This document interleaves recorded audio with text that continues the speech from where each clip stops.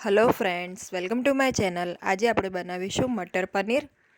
જો તમે મારી ચેનલ પર નવા હો તો મારી ચેનલને સબસ્ક્રાઇબ કરજો, જેથી આવનારી નવી વિડીયોની નોટિફિકેશન તમને સૌથી પહેલાં મળી શકે। તો ચાલો આપણે રેસીપી સ્ટાર્ટ કરીએ। તો આપણે આ રીતે સૌપ્રથમ કઢાઈમાં તેલ ગરમ કરીશું। તેલ ગરમ થાય એટલે એમાં આપણે ઇલાયચી, લવિંગ અને તજ છે એ નાખીશું।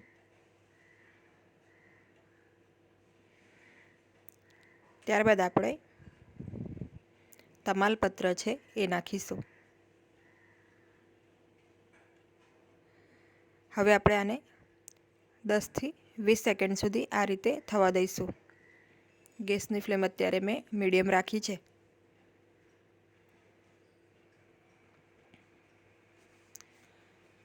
હવે આપણે 10 થી 15 સેકન્ડ પછી આમાં લીલા મરચાં નાખીશું। તો મેં 3 નંગ લીલા મરચાં લીધા છે અને એને આ રીતે મોટા મોટા સમારી લીધા છે। હવે આપણે મરચાંની સાથે સાથે આદુ અને લસણની પેસ્ટ છે એ નાખી દઈશું। તો આદુ અહીંયા મેં 1.5 ઇંચ લીધું છે અને લસણ મેં 8 થી 10 કળીઓ લસણની લીધી છે। બંનેને આપણે ક્રશ કરીને પછી નાખવાની। હવે આદુ અને લસણ સરસ રીતે સંતળાય ત્યાં સુધી આપણે થવા દઈશું। તો લગભગ 1 મિનિટ આપણે આને બરાબર થવા દઈશું। ત્યારબાદ આપણે આમાં 3 નંગ મેં અહીંયા મીડિયમ સાઇઝના કાંદા લીધા છે અને એને એકદમ બારીક ચોપ કરી લીધું છે। તો એ નાખીશું। હવે આપણે બધું બરાબર મિક્સ કરી લઈશું। તો જો તમે મોટી ડુંગળી યુઝ કરતા હો તો તમારે 2 નાખવાની। હવે આપણે આ કાંદાને એકદમ સરસ રીતે ગોલ્ડન બ્રાઉન રંગના થાય ત્યાં સુધી આપણે થવા દઈશું। તો મીડિયમ ફ્લેમ ઉપર આપણે આને થવા દઈશું। તો કાંદા આપણા થાય છે ત્યાં સુધી આપણે મેં અહીંયા ટોમેટોને ક્રશ કરી લીધા છે। તો મેં અહીંયા 4 મીડિયમ સાઇઝના ટામેટાં લીધા છે। હવે તમે જોઈ શકો છો કાંદાનો રંગ એકદમ સરસ ચેન્જ થઈ ગયો છે। આ રીતે ગોલ્ડન બ્રાઉન રંગ થાય ત્યાં સુધી આપણે એને સરસ રીતે થવા દેવાનું છે। હવે આપણે આમાં જે ટામેટાં આપણા ક્રશ કરેલા છે એ નાખી દઈશું। તો તમે ટામેટાને ગ્રેટ પણ કરી શકો છો અને જો મિક્સીમાં ક્રશ કરો તો પણ ચાલશે। એ રીતે આપણે 4 નંગ ટામેટાં ક્રશ કરીને અત્યારે નાખવાના। હવે આ ટામેટાને સારી રીતે આપણે કાંદામાં મિક્સ કરી લઈએ।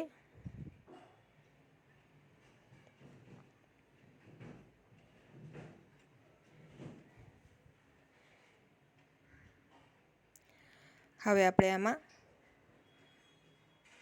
સ્વાદ પ્રમાણે મીઠું નાખી દઈશું।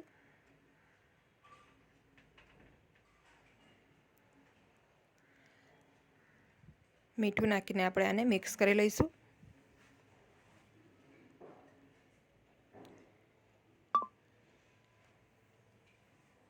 મિક્સ થઈ જાય એટલે આપણે આને ઢાંકણ ઢાંકીને આપણે આને થવા દેવાનું છે।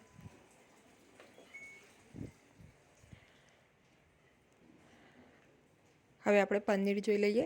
તો મેં અહીંયા 250 ગ્રામ પનીર લીધું છે અને પનીરના આ રીતે રેક્ટેંગલ સાઇઝમાં આપણે કટ કરી લીધું છે। હવે પનીરને આપણે થોડું શેલો ફ્રાય કરવાનું છે। તો એક પેનમાં આપણે તેલ ગરમ કરીશું।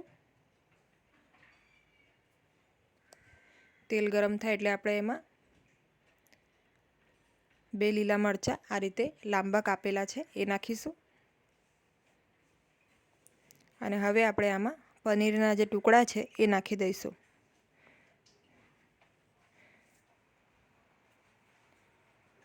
તો તેલ અહીંયા આપણે 3 થી 4 ટેબલ સ્પૂન લઈશું, જેથી પનીર બરાબર ફ્રાય થઈ જાય। હવે આપણે આને લો ફ્લેમ ઉપર જ પનીરને આપણે ફ્રાય કરીશું, લો ટુ મીડિયમ ફ્લેમ ઉપર। તો પનીર બંને સાઈડથી ગોલ્ડન રંગના થઈ જાય સરસ એ રીતે આપણે એને ફ્રાય કરવાનું છે. હવે આપણે ગ્રેવી ચેક કરી લઈએ. તો 6 થી 7 મિનિટ થઈ ગઈ છે. તમે જોઈ શકો છો તેલ છૂટું પડવા લાગ્યું છે, એટલે આપણા ટામેટાં સરસ કૂક થઈ ગયા છે. હવે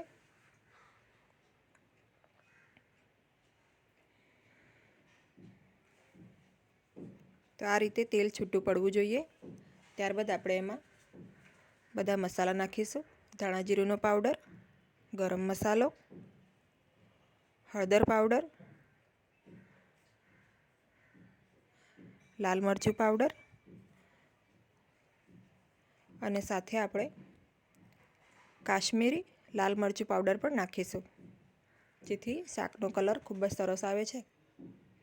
હવે બધા મસાલા આપણે સારી રીતે મિક્સ કરી લઈશું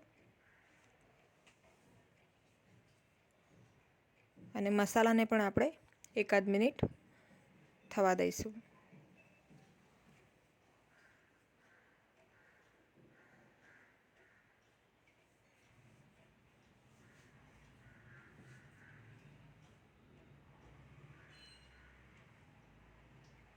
હવે 1 મિનિટ પછી આપણે એમાં બેસન છે, અહીંયા આપણે બેસન નાખીશું. સારી રીતે મિક્સ કરી લઈશું.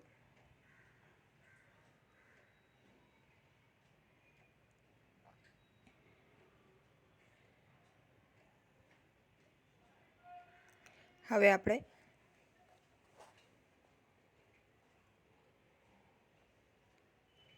બેસન બરાબર મિક્સ થઈ જાય ત્યારબાદ આપણે આમાં લીલા વટાણા છે એ નાખીશું. તો અહીંયા મેં ફ્રેશ વટાણા લીધા છે અને 1 કપ વટાણા લીધા છે. તો વટાણા નાખ્યા પછી આપણે બરાબર આને મિક્સ કરી લઈશું. આ રેસીપી ખૂબ જ સરસ બને છે અને એકદમ સ્વાદ પણ રેસ્ટોરન્ટ સ્ટાઇલમાં જ એકદમ સરસ સ્વાદ આવે છે. હવે આપણે ઢાંકીને આને 5 થી 6 મિનિટ થવા દઈશું. આપણે પનીર ચેક કરી લઈએ. તો પનીર તમે જોઈ શકો છો આ રીતે ગોલ્ડન રંગનું થઈ ગયું છે. તો પનીરની બંને સાઈડ આપણે પલટાવીને આ રીતે ગોલ્ડન રંગની થાય ત્યાં સુધી આપણે એને ફ્રાય કરવાનું છે. તો હવે આપણું પનીર રેડી છે. પલટાવીને આપણે બધી બાજુથી આ રીતે સરસ ગોલ્ડન રંગ આવે ત્યાં સુધી એને ફ્રાય કરીશું.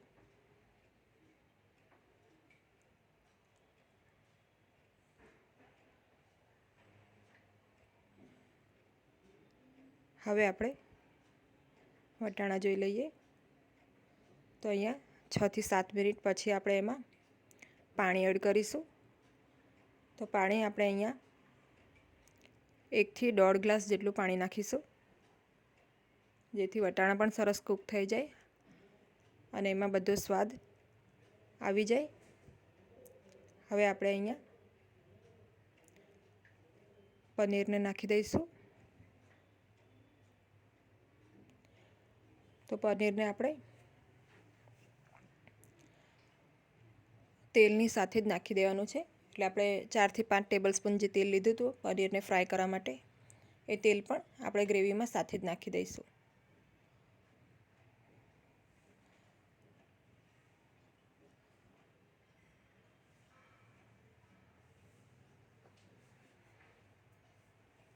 તો પનીર નાખ્યા બાદ આપણે એક વખત સારી રીતે આને મિક્સ કરી લઈશું.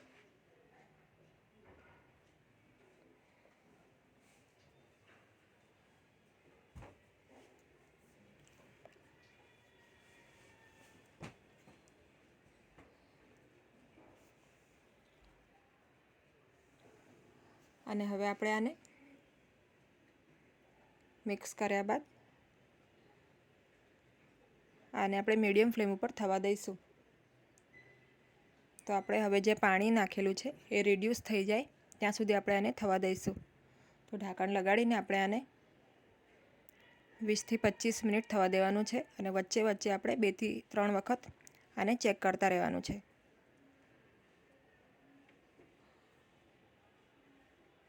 તો 15 મિનિટ પછી તમે જોઈ શકો છો સરસ ગ્રેવી ઉકળે છે.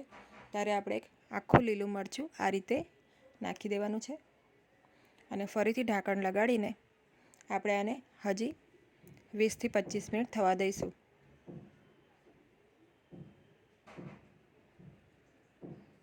વચ્ચે વચ્ચે આપણે 2 થી 3 વખત હલાવીને ચેક કરી લેવાનું.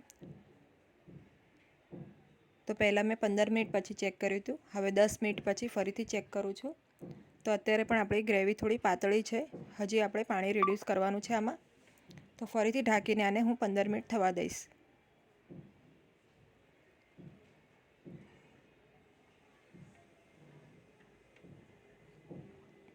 તો જ્યાં સુધી આ વધારાનું પાણી રિડ્યુસ ના થઈ જાય ત્યાં સુધી આપણે આને થવા દઈશું. હવે ફરી 15 મિનિટ પછી તમે જોઈ શકો છો પાણી સરસ રિડ્યુસ થઈ ગયું છે અને ગ્રેવી પણ એકદમ સરસ બરાબર હવે થઈ ગઈ છે. તો હવે ફાઇનલ આપણે આમાં આ શેકેલી કસૂરી મેથી છે એને હાથેથી ક્રશ કરીને આ રીતે આપણે નાખવાની છે અને આને સારી રીતે આપણે મિક્સ કરી લઈશું. તો આપણું મટર પનીર રેડી છે. એકદમ સરસ રેસ્ટોરન્ટ જેવો જ સ્વાદ આવે છે આમાં. તો તમે જો રેસીપી એકદમ સારી રીતે ફોલો કરીને બનાવશો તો આ રેસીપી ખૂબ જ સારી બનશે. હવે આપણે આને સર્વ કરી લઈએ. તો રેડી છે મટર પનીર. તમે એને રોટલી, ભાખરી કે પરાઠા સાથે એન્જોય કરી શકો છો. અને જો તમને આ રેસીપી ગમી હોય તો વિડીયોને લાઇક અને શેર કરજો અને મારી ચેનલને સબસ્ક્રાઈબ કરજો. Thanks for watching.